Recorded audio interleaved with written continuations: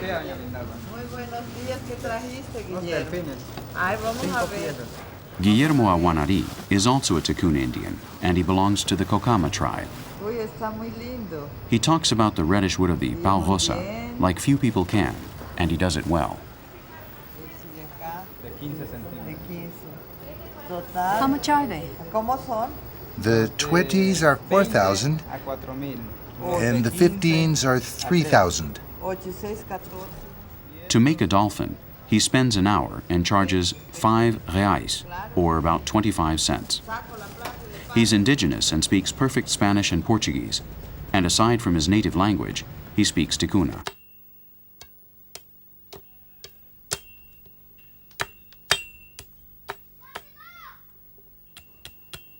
His art means life security in an economic and unimaginable social system for his parents, who lived in another world. He earns more money than most compatriots, but this does not remove him from reality. He speaks loud and clear. I've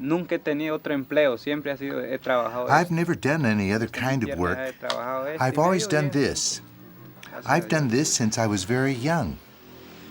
And things have always gone well for me, thank God, yes. Although it's not enough, no? But at least it's enough to keep food on the table.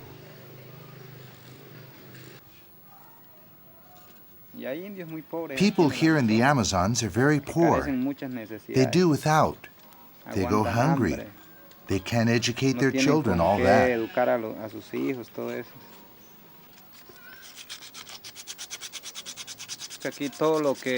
Everything you need has to be bought with money. It has to be paid for. While down the river in those small villages, there are rivers. I mean, there's a lot of land to be worked, all those things, no? Then it all depends on your work. You work hard and you have all you need, but here it's not that way. If you don't have a job here, then you can't live.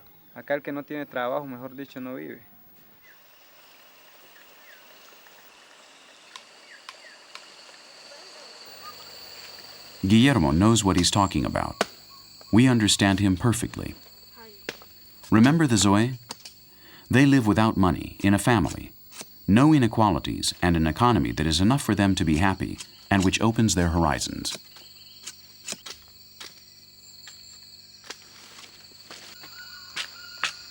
Today they work for wood, but they do not sell it to anyone. They only want to take care of their skin and be prettier. It's that simple. The Rainforest is the giant supermarket where everything they need is found, without price increases or being fooled.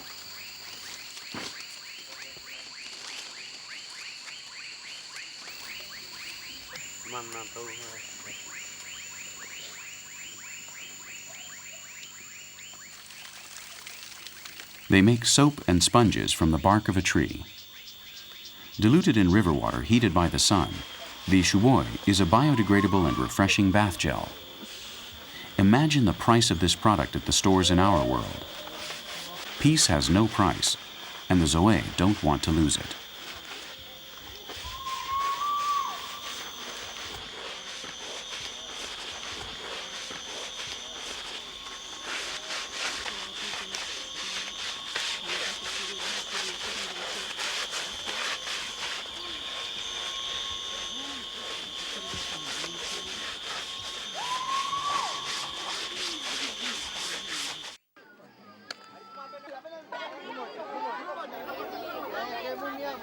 The Kayapo stopped bathing themselves with river water years ago. Many live in the sewers of the city. We visited this town on the outskirts of the city of Redensau in order to illustrate one of the darkest and least studied episodes of the human Amazonian labyrinth. Similar to the story of Little Big Man, in the last century, many European children were kidnapped by these Indians in order to adapt them to Indian customs. There is no better revenge for a Kayapo than to educate and raise the enemy's children their own way. How did the kidnapping occur? In what kind of situation? Did the white father and mother run after them? Did they run away when they saw the Kayapo, the Indians? And did they leave the child there? What exactly happened? Tell me about the situation. What happened? That never happened. Our village is very big, and the child would remain in the center of the village. A lot of people are watching. There's no escape. The men and women of my village take good care of him. And when the child grows up, they put bracelets on him. They cut his hair, just like an Indian. And women are adopted by the Indians just like the men are, exactly the same way. Yes, the women, just like the men. And a white woman can marry an Indian without any problems. Yes, that too. And they can have children. It was not easy to talk about this or get information. But we made it here after flying for 2 hours to meet this black woman, kidnapped as a child, and now married to a Kayapo Indian. She does not speak Portuguese, and her name is Kwape, or Closed Eye. Aside from the many years that have passed, she remembers little. I must have been about 4 years old, more or less. I already knew how to hide and how to say mother and father. I don't think I'm from Sao Paulo, nor from Altamira. I think I'm from very far away. This is a difficult subject which we are treating delicately. The heat of the conversation recalls some scenes of the kidnapping. What did you know about me? You were very young when Vaporoti, my husband, brought you here. He was very happy, singing along the way. I remember you were straddled on his side.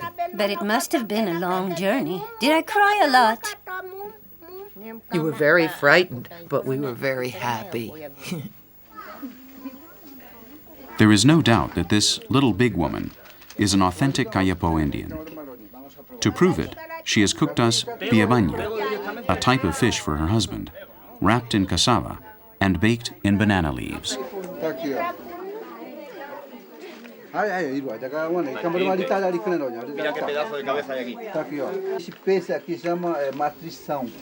Gorotire is the name of this village in the Xingu Basin.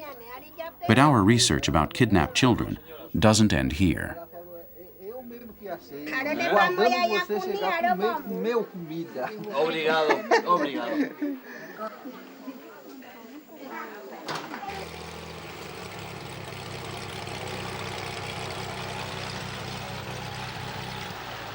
Without the authorization of the Brazilian government, and under our own responsibility, we flew to another Kayapo village.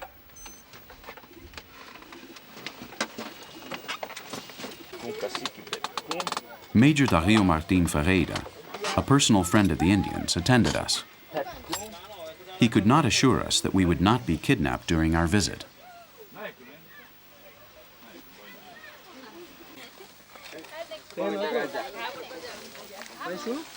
Soon our man appeared. Filming was prohibited, but we couldn't avoid it. It's in our blood. Blonde like a Swede, just as they told us, Benatire walks towards us.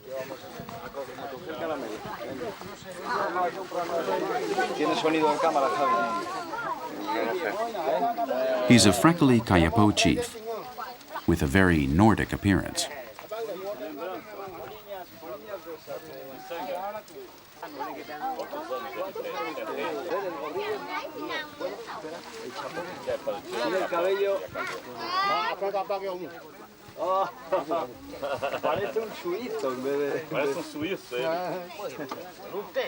They say that he is the son of a European engineer who came to destroy the rainforest.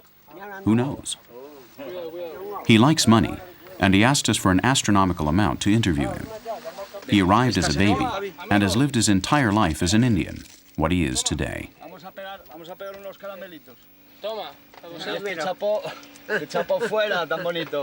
His unexplainable passion for candy makes him walk towards our cameras, and we were able to film him better. Adiós, mi amigo. Venga, más caramelo. Se le van a caer los dientes de tanto dulce. No puede tomar tanto dulce que se le van a caer los dientes. Y esto es de ponerse el plato. If they were to discover us, this documentary, or its masterminds, would not have come out unharmed. Right here is where they detained an important federal policeman until the government paid $80,000 for his release. Adiós, abuelo. Vaya embora. The Kayapo do not like to make their victory over the white man public. They prefer to enjoy it in secret.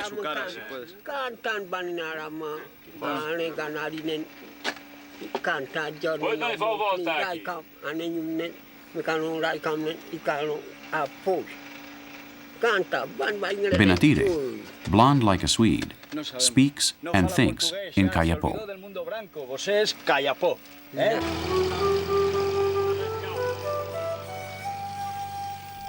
We will finish this episode with some snapshots of a human who was doomed to grow in the urbanized Amazon and who will end his days in a remote land of the Kayapo Indians.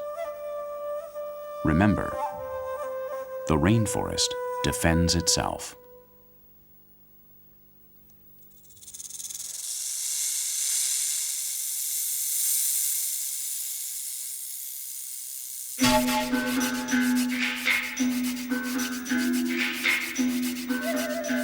Nature and man will embrace once again in our next episode. We will be the exceptional witnesses of unyielding alliances, of true love.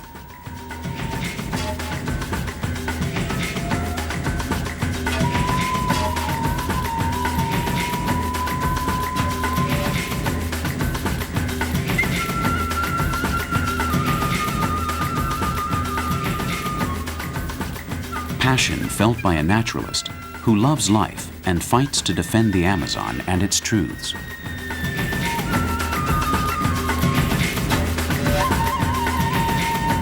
It will be an episode in which we will accompany some guardians of the future.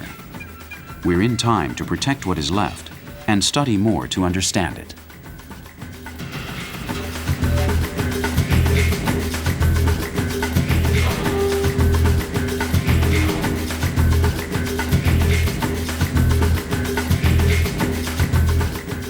That is why we propose accompanying those who know better, because Amazonia is in good hands and the fight is not over yet.